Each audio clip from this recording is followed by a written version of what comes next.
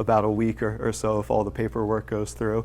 I have the privilege of following Bala, who I think gave my entire presentation, so I think I can just I could just sit down. But I do have a caveat. Whereas Bala was working on multi-particle interactions, I'm going to show that there's problems even with one particle interacting with the flow. So in that case, I'm going to concentrate on dilute two-way coupled suspensions. Now that's not to say that these, the four-way coupled concentrated suspensions aren't out there in nature, out there in industrial settings. We know those are important. That's been a big focus of this seminar, but I want to try to give some insights, some optimism, but also some prudence in saying there's even issues in these simplified settings, and maybe they'll help us inform these more complicated settings as well.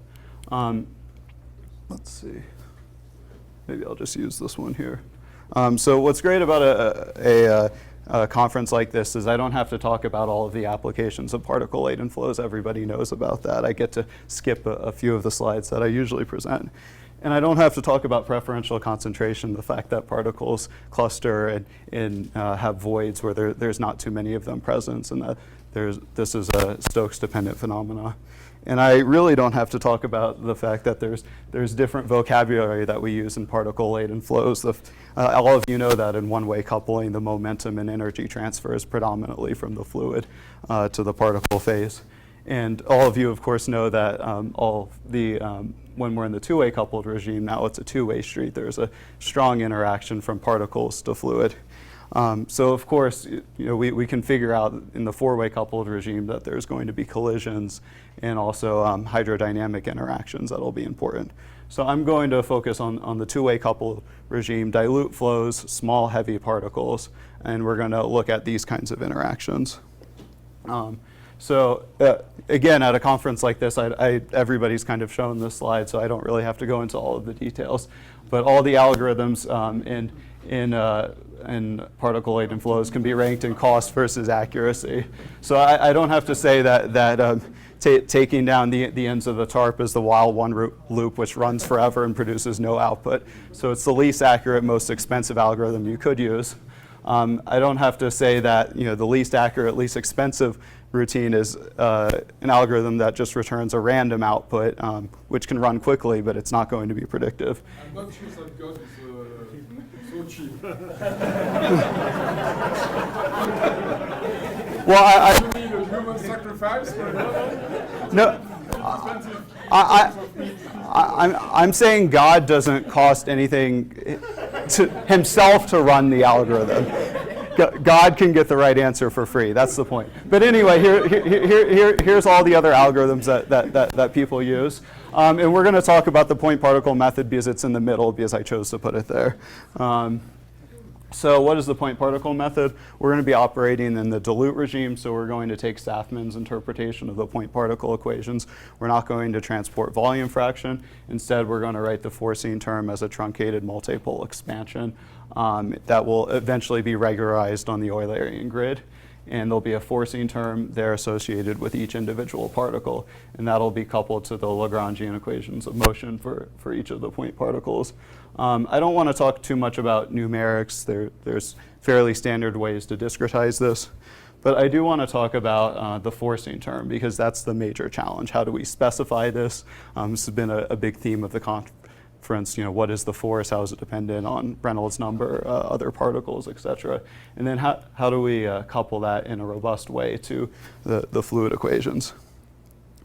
So if we're in the low Reynolds number limit, which a lot of the applications that I'm interested are, then we can write out a general equation of motion, the Maxey-Riley-Gatignolle equation. This has a lot of terms: fluid acceleration, added mass, history, et cetera. A lot of terms that are annoying to compute or annoying to interpret, so we like to use the method of eliminating things that are difficult. So we do scaling analysis. We can get a Froude number, a Stokes number, which we're familiar with. But the main takeaway is if the particles are sufficiently small enough compared to the Kolmogorov scale, then steady drag wins. History, added mass, all of these are small in comparison. So this allows us to get rid of those terms, and it allows us to write a reduced equation of motion. So regimes where we have gravity, we'll keep that. There's no problems there. But we'll write a steady drag and include the possibility that it has Reynolds number dependence. Now, I should pause here and say that this is not going to work for a lot of the flows that we're interested in. What I really want to say is let's assume something this simple and see if we can verify it. And I'm going to show that, well, it takes some effort to do that. So what we did is we took an off-the-shelf point particle method and we wanted to compare it against a fully resolved particle method in decaying homogeneous isotropic turbulence. So much simpler than a lot of the flows that you guys have been examining.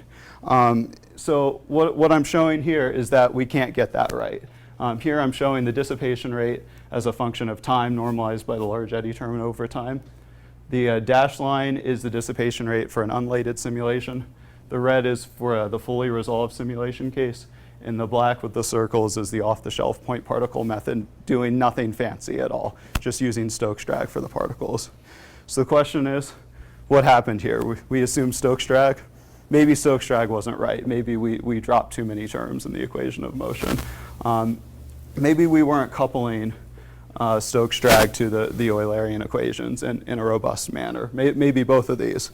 So let's try to explore these hypotheses. So let's first start assuming that Stokes drag was right, that the particles really were Stokesian. Then what could have gone wrong? Well, let's analyze the terms in this equation. So we have a few numbers in front, 3 and pi. We know those. Viscosity of the fluid, the diameter of the particle, those are known things.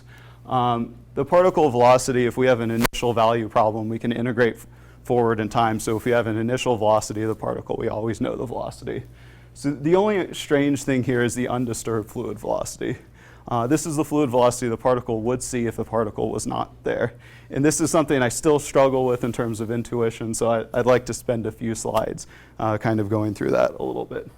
And I'm first going to start off with an example outside of fluid mechanics, the example of a jiggling tarp. So I'm going to imagine, we just went down to lunch and I was really pissed off and I started shaking the tablecloth. And you get a deflection pattern that looks something like this. And then I want to imagine that I'm going to bowling practice later and I have a bowling ball that I take out and I put into the tablecloth. It's going to create a deflection there such that the state of the tablecloth before introduction of the bowling ball, that's what I'm going to call the undisturbed state at the location of the bowling ball. And now it's going to be deflective. And you can imagine if you wanted to calculate the normal force on the bowling ball, you need access to this undisturbed state. But you don't have that in the simulation now. You only have access to this disturbed state. So the same thing happens in point particle Euler-Lagrange simulation. If I have some uniform flow, could also be non-uniform, but I think it's easier to visualize this way. If we put a particle moving at some speed in that flow, then there's going to be a disturbance flow created such that the undisturbed fluid velocity, which we want, which we need in all of our drag force models, we're not going to have access to that anymore. We're going to only have access to this pink disturbed fluid velocity. So that when we go to calculate a slip velocity based on the disturbance flow, in fact, it might be the wrong magnitude, so we're not going to calculate the correct force magnitude, and it might also be in the wrong direction. So this could have order 1 consequences on other things that we can care about. So we really should be taking this into account. Now, I don't want to spend too much time on the procedure that we've developed to account for this. There's a lot of other papers that have developed similar procedures. What I really want to get to is implications of using the undisturbed fluid velocity. But I'll just say here the procedure that we use, we're trying to correlate the undisturbed fluid velocity as a function of the enhanced curvature in the fluid velocity field. So if we look at flow past a stationary point particle, there's going to be a disturbance flow that's created, and that manifests as an enhanced curvature in the fluid. So again, this is not the only way to do this, but this is the procedure that we're going to be using for later results. So let's look at the implications of using the undisturbed fluid velocity versus not using the undisturbed fluid velocity. If I release a particle in a quiescent fluid, no motion, no turbulence, nothing, we want it to settle at the right settling velocity. In the Stokesian limit, it should be an exponential. Can we get that? Well, if we're not taking into account the undisturbed fluid velocity, we can't get that. There's going to be spurious oscillations. There's going to be all this stuff which is not right. Only if you're taking into account a good estimate of the undisturbed fluid velocity, in this case 0, then you can get a particle to settle at the correct rate. And what's interesting about this is most schemes will take an interpolated fluid velocity at the location of the particle. And it's usually argued that you should use higher order interpolation in those settings. But a higher order interpolated fluid velocity at the location is going to be a better estimate of the disturbed fluid velocity, which is a worse estimate of the undisturbed fluid velocity. So really, if you're not going to be accounting for the undisturbed fluid velocity, you should go lower order interpolation, which is a two-way coupled way of thinking, but it's not a one-way or zero-way coupled way of thinking for interpolation, which is what we're used to. Okay, this is a simplified problem. And we can do a little bit of analysis on this. We can look at the particle and fluid energy equations. We can add those together and get a total energy equation of the system. And we can find that the rate of change of potential energy in the system is balanced by two terms. It's balanced by the resolved dissipation rate in the system, the fluid dissipation rate that you're resolving on the grid. And there's also this model form dissipation, which accounts for the fact that you're not resolving all of the true fluid dissipation rate in the system. So this isn't a new idea. This has been put forward by Sundaram and Collins.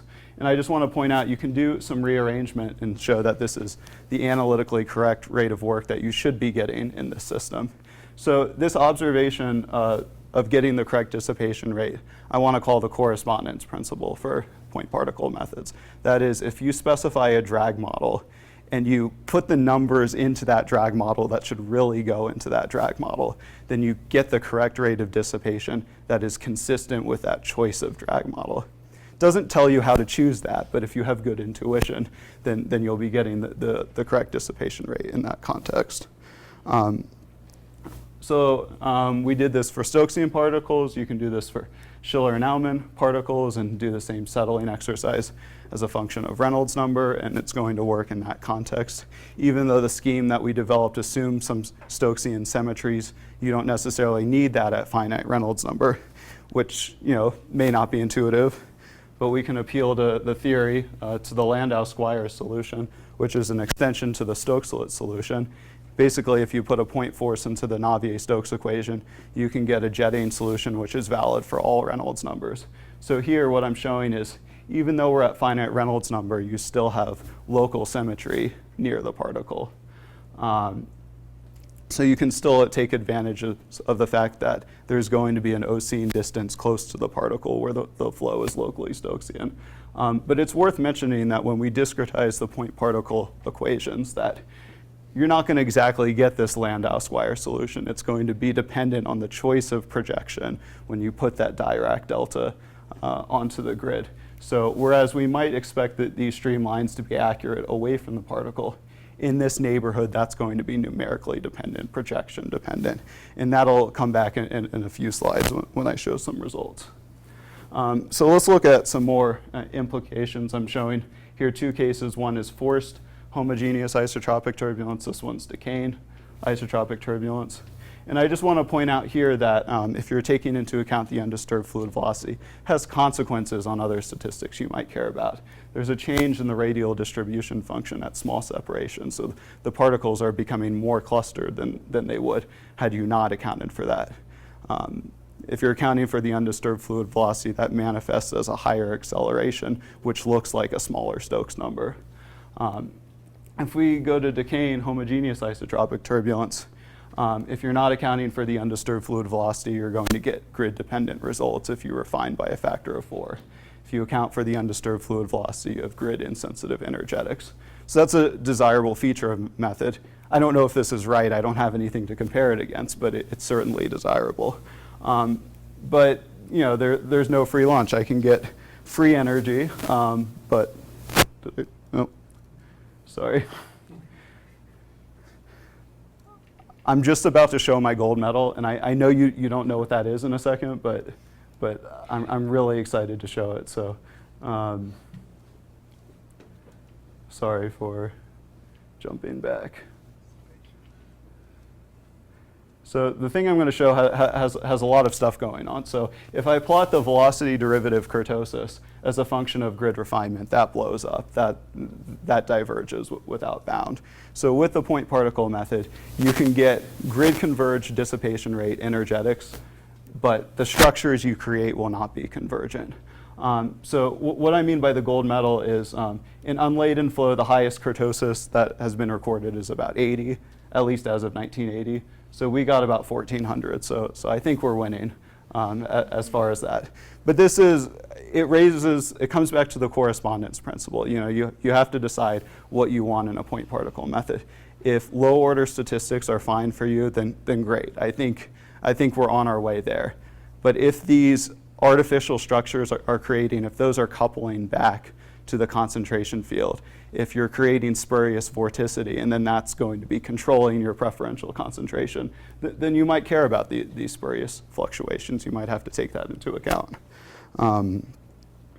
So I want to return to the original problem we were looking at, comparison against decaying particle resolved isotropic turbulence. And unfortunately, I got a little bit of my thunder stolen in terms of,